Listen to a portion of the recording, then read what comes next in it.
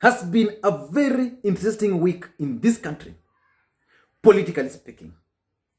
Number one, President Uhuru Kenyatta entered into a coalition agreement with Gideon Moi. So Gideon Moi's party, Kanu, and Uhuru Kenyatta's party, Jubilee party, formed Jubilee coalition. And Uhuru did this without informing his deputy, which means now that Jubilee coalition has two principles: Gideon Moi and President Uhuru Kenyatta. Then number two, President Uhuru Kenyatta then kicked out the allies of the deputy president from the Senate leadership. Kipchumba Murkomen was removed as the majority leader of the Senate. And Susan Kihika, another key ally of the DP, was also removed as the minority whip at the Senate.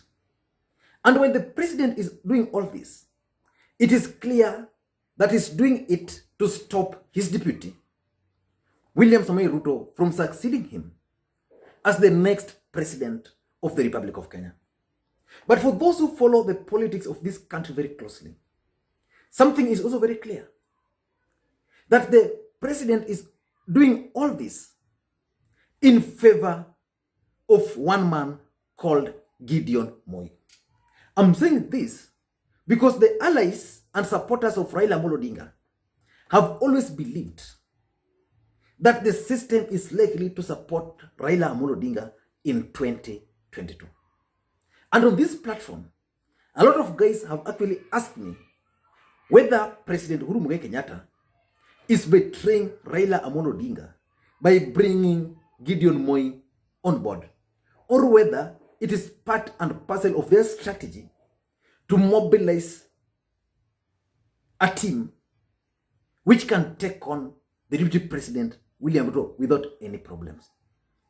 So today I want us to look at this latest alliance between Gideon Moi and President Uhuru Kenyatta, and what it means for Raila Odinga.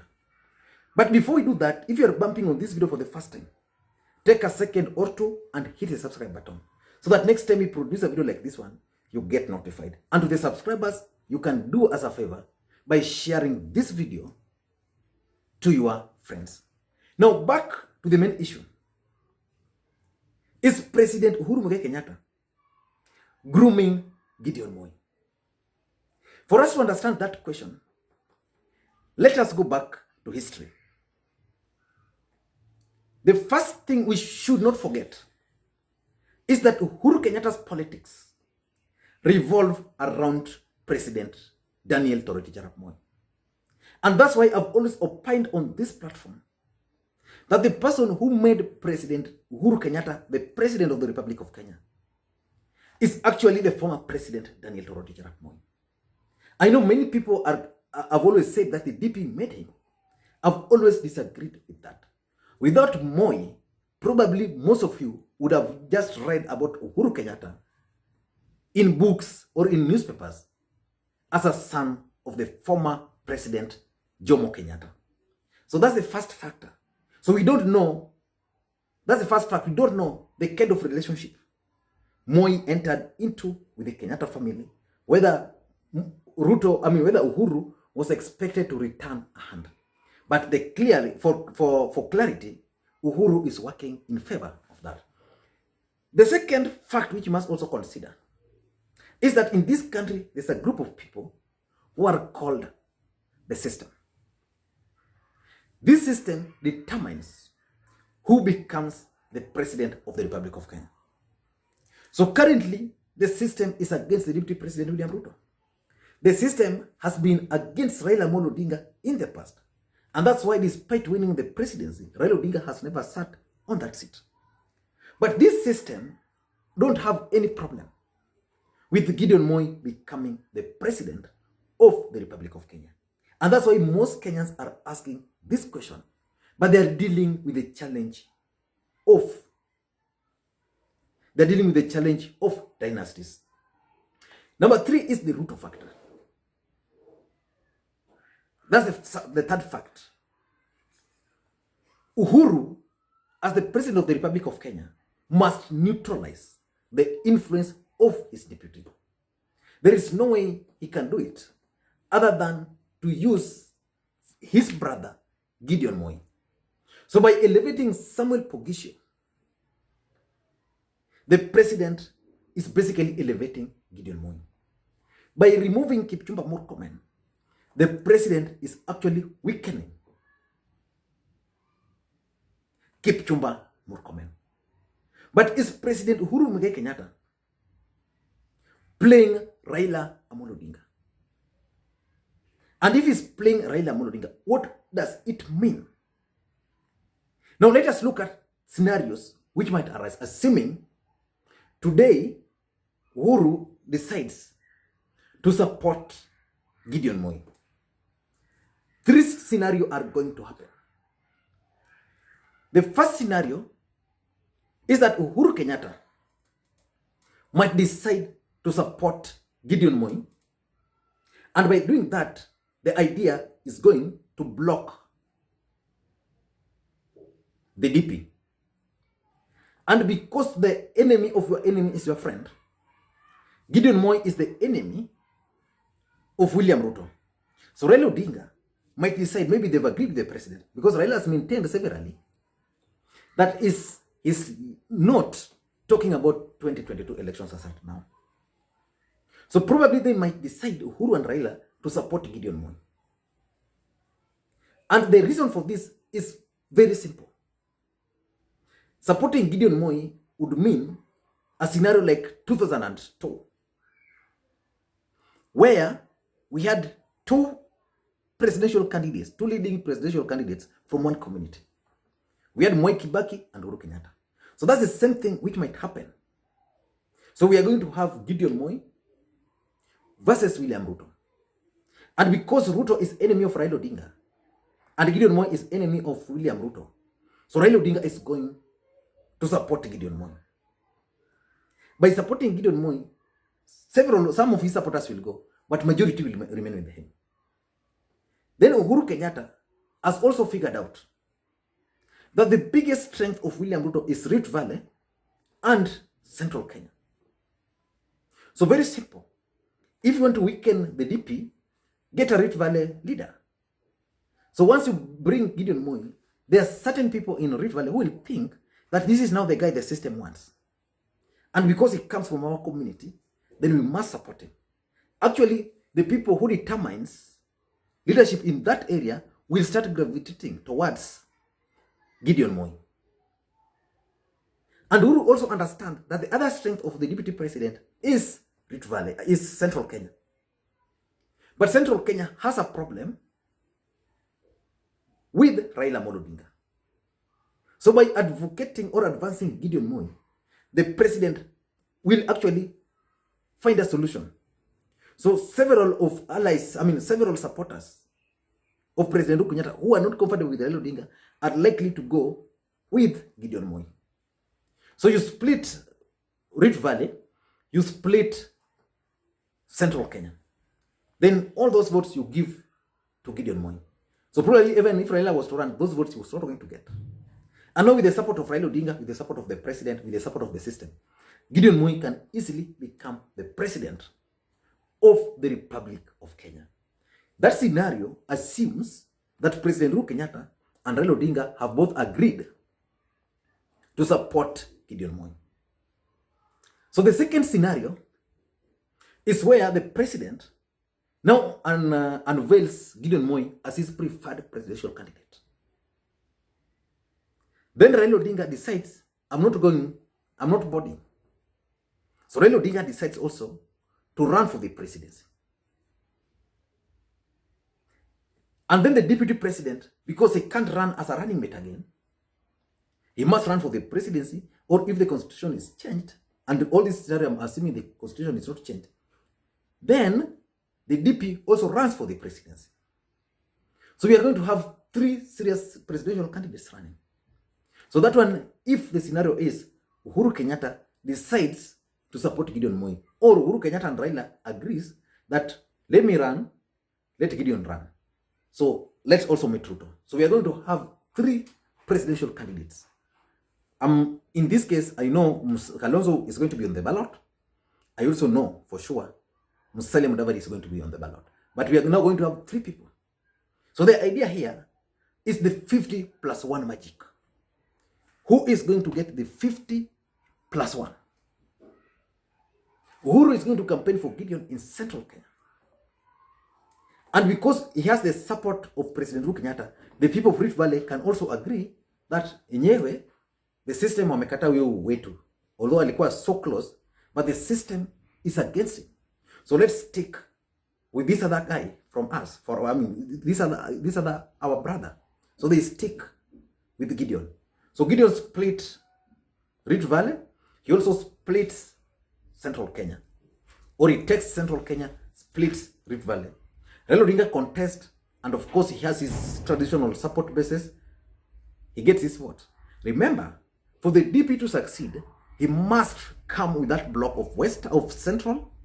He must come with the block of Rift Valley. So the idea here is, if Gideon Moi can be pushed in Central Kenya and he gets largest support there, the system can make him defeat Ruto or almost come 50-50 with him in Rift Valley. Then a rerun will be. So the idea here is to make Gideon Moi either number 2 or number 1. So if he's number 1, then Raila automatically is going to support him.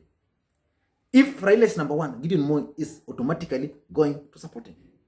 If either of them is number 2, Ruto number 1, then at the end of the day, each one of them are going to support. So that's another scenario I'm looking at. And the third scenario, which is a possibility, is actually what also happened in 2002.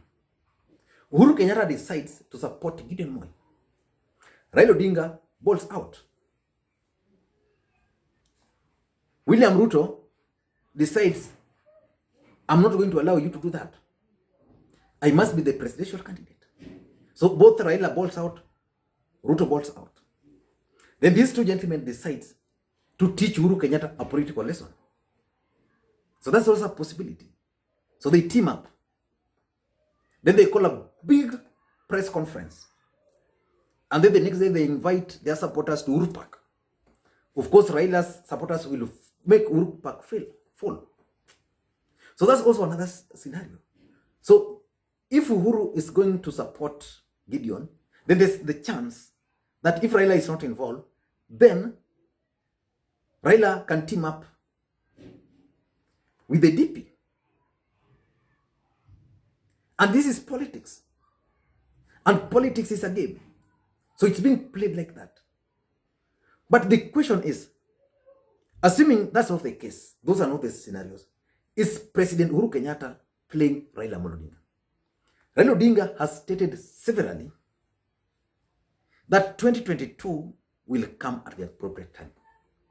But personally, I've always maintained on this platform that Raila Odinga is going to be on the ballot. I was reading some comments by Opiyo Wandayi and by John Mbadi. They were commenting on a post, an article, which was on, was it the Star? How Gideon Moi can unite Raila and Ruto. And if you followed that conversation, it means even in Raila's circle, some of these guys are not very comfortable. But yesterday, on Friday, Edwin Sifuna, the ODM Secretary General, accompanied by lawyer James Orengo, was at the Kanu headquarters.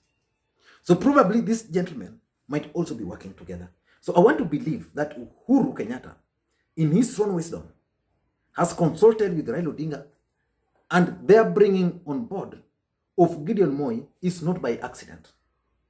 It is designed to achieve certain political objectives. Because I also know, and I've maintained here severally, that there is no way Uhuru Kenyatta can agree, his handlers can agree to have Raila Odinga outside and William Samoei Ruto outside. So if he's going to betray Raila Odinga, then the fact is he must bring William Ruto on board. And if he's going to betray William Samoei Ruto, the way things are actually showing, then again, he can't afford to have Raila Odinga outside. So at whichever way, Uhuru must either work with Raila Odinga or must work with William Samoei Ruto. But from all these things, I want to conclude a very simple thing. That President Uhuru Kenyatta has actually now elevated Gideon Moi. And Gideon Moi has outwitted the deputy president when it comes to Rift Valley politics. I'm telling you this because in politics, people are always attracted to those in power. Majority of people who are supporting the DP from Rift Valley were actually doing that because the DP was in power. What Uhuru has done, he has told the whole world that Ruto doesn't have power. And because Gideon now has more power and comes from Rift Valley, then it's a statement. But for Raila, I want to conclude that I know for sure that Raila Odinga, as things stand today, Uhuru Kenyatta, as things stand today, they know so well that if they bring the candidature of Gideon Moi, then it's going to be easier for the rest of the country to advance the dynasty narrative. But I know for sure, if you me personally, if you give me a choice between Ruto and Gideon Moi, that's a choice I'll make without even blinking. I'll choose the right one between them. I don't know what you think. But do you think Uhuru is playing Raila? Or do you think these two gentlemen are actually breaking Gideon Moi on board as part of their strategy? Thank you guys. And again, don't forget to visit vuguvugu.com. vuguvugu.com. And also don't forget to hit the subscribe button. Don't forget to click subscribe button. Don't forget to like the videos, because by liking the videos or giving them thumbs down, basically you help me create interactions. So I need those interactions for the video, for the video, so that I can know that the videos I'm making really are good for you guys. If the thumbs down are high, I know it's a bad video. If the thumbs up are up, then I continue creating such kind of video. Thank you guys, and please may you have a good day.